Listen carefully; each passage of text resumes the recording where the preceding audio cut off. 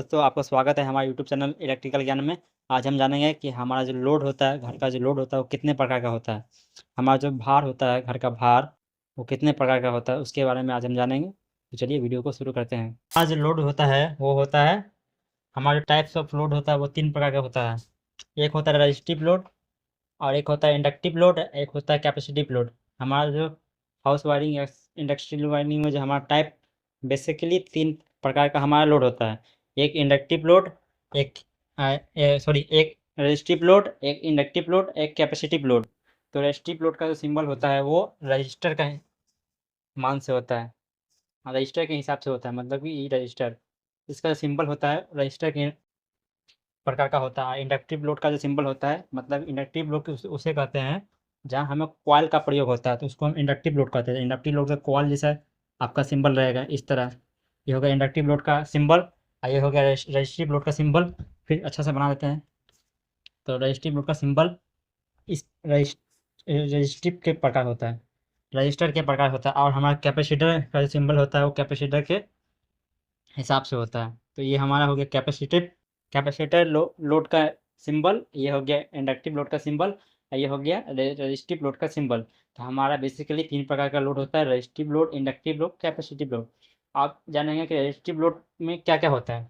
Resistive load हम उसे कहते हैं जैसे बल्ब हो गया, हीटिंग सामान जो हम हीट का प्रोड्यूस में हम निकालते हैं, बल्ब हो गया, सीएफएल बल्ब हो गया, हीटर हो गया, जो पानी गर्म करने वाला जो मशीन आता है वो हो गया। मतलब कि जो जिससे हमें हीट प्राप्त होता है, मतलब हीट इंडक्शन चूल्हा हो गया, तो वो हमारा होता है रजिस्टिव लोड। वो हमारा कहलाता है रजिस्टिव लोड। इंडक्टिव लोड उसे कहते हैं जिसमें हमारा कॉइल का प्रयोग होता है, मतलब कि वाइंडिंग का प्रयोग होता है, तो उसको हम इंडक्टिव लोड कहते हैं। जैसे कि मोटर हो गया, फैन हो गया, और भी जितने तरह के मोटर होते हैं उसमें कॉइल का प्रयोग होता है, तो उसका सिंबल भी कॉइल के समान होता है। और वो इंडक्टिव लोड कहलाता है, जिसमें घूमने का काम होता है, उसको हम इंडक्टिव लोड कहते हैं। और कैपेसिटिव लोड जिसमें कैपेसिटर का यूज़ होता है। और कैपेसिटिव लोड जैसे कि आप जान सकते हैं कि कैपेसिटिव लोड हम उसे कहते हैं जिसमें, जैसे कि एग्जांपल के लिए आपका हो गया फ्लैश लाइट, स्कैनर, और कैपेसिटिव पावर बैंक, तो वो हमारा कहलाता है कैपेसिटिव लोड। मोटर हमारा कैपेसिटिव लोड नहीं कहलाता है, भले मोटर में हम कैपेसिटर लगाते हैं, पर वो कॉइल, उसमें कॉइल भरा जाता है ना, तो वो हमारा इंडक्टिव लोड ही कहलाता है।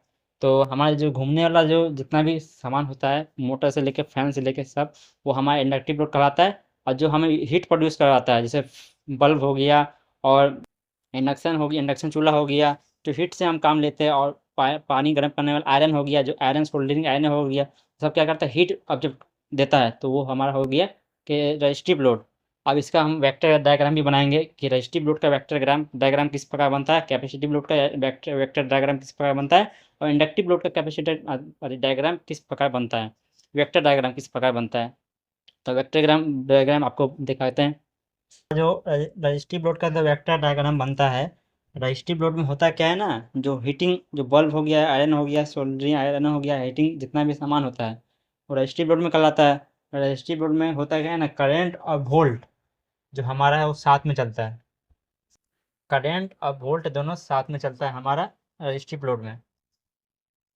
इसीलिए रजिस्टिव लोड में हमारा पावर फैक्टर नहीं माना जाता, पावर फैक्टर 1 माना जाता है, मतलब कि 0 1 भी मान सकते हैं, तो पावर फैक्टर 1 माना जाता है। क्योंकि रजिस्टिव लोड में हमारा जो वोल्ट और करंट है ना, दोनों साथ में ही चलता है। आप जब इसका ये ग्राफ वाला डायग्राम बनाएंगे ना, तो जब जब करंट जहाँ से निकलेगा, वोल्ट जहाँ तक डाउन होता है, साथ साथ वोल्ट भी वहाँ डाउन होता है। तो हमारे रजिस्टिव लोड में करंट और वोल्ट साथ में चलता है। और इंडक्टिव लोड में क्या होता है ना हमारा, कि हमारा 90 डिग्री का कोण बनता है। इसमें क्या होता है, हमारा वोल्ट जो है ना वो आगे चलता है और करंट हमारा पीछे चलता है। तो ये हो गया हमारा 90 डिग्री का कोण, ठीक है। तो इसमें क्या हो गया, हमारा इंडक्टिव लोड में वोल्ट आगे गया और करंट हमारा पीछे रह गया, तो इसको पीछे कर देते थे, तो ये हमारा इंडक्टिव लोड हो गया। तो 90 डिग्री का कौन बना, तो इसको हम पावर फैक्टर 0.8 मानते हैं। तो पावर फैक्टर कितना हो जाएगा, 0.8। हम इंडक्टिव लोड का जब कैलकुलेशन करते हैं तो 0.8 पावर फैक्टर रखते हैं। तो 90 डिग्री का कौन बनता है, क्योंकि वोल्ट आगे चलता है इंडक्टिव लोड में और करंट पीछे चलता है। और हमारा हो गया कैपेसिटिव लोड में, कैपेसिटिव लोड में क्या होता है, हमारा करंट आगे चलता है और वोल्ट पीछे चलता है। इसको हम मिटा के दिखाते हैं, जैसे कि यहाँ कैपेसिटिव लोड का जो वेक्टर डायग्राम बनता है वो इस प्रकार बनता है। इंडक्टिव लोड की तरह नहीं बनता है। ये हो गया 90 डिग्री का कोण। इसमें होता क्या है, करंट आगे चलता है ऊपर की तरफ, ये हो गया हमारा वेक्टर डायग्राम। अब वोल्ट हमारा पीछे रहता है। तो ये हमारा हो गया कैपेसिटिव लोड का वेक्टर डायग्राम, इस प्रकार बनता है। इंडक्टिव लोड का बता दिए थे इससे पहले। और कैपेसिटिव लोड में क्या होता है, हमारा करंट आगे चलता है और वोल्ट पीछे चलता है 90 डिग्री का कोण बना के। हमारा जो वोल्ट है पीछे चलता है 90 डिग्री का कोण बना के कैपेसिटिव लोड में। हमको आपको बता दिया कि कैपेसिटिव लोड किसे कहते हैं। स्कैनर हो गया, फ्लैश लाइट हो गया, उसको हम कैपेसिटिव लोड कहते हैं। इंडक्टिव लोड उसे कहते हैं जिसमें कॉइल का यूज होता है, वाइंडिंग का यूज होता है, उसको इंडक्टिव लोड कहते हैं। और कैपेसिटिव लोड जिसमें हीट का मात्रा होता है, जैसे हीट से हम काम करते हैं, जैसे कि पानी गर्म करने वाला इंडक्शन चूल्हा हो गया, आयरन हो गया, और बहुत से हीटिंग सामान जैसे गीजर हो गया, वो सब हमारा कहलाता है रजिस्टिव लोड। तो आपने जाना है कि रजिस्टिव लोड किसे कहते हैं, इंडक्टिव लोड किसे कहते हैं, कैपेसिटिव लोड किसे कहते हैं, एकदम सिंपल भाषा में। तो अगर ये वीडियो आपको अच्छा लगा होगा तो वीडियो को लाइक और चैनल को सब्सक्राइब जरूर कीजिएगा।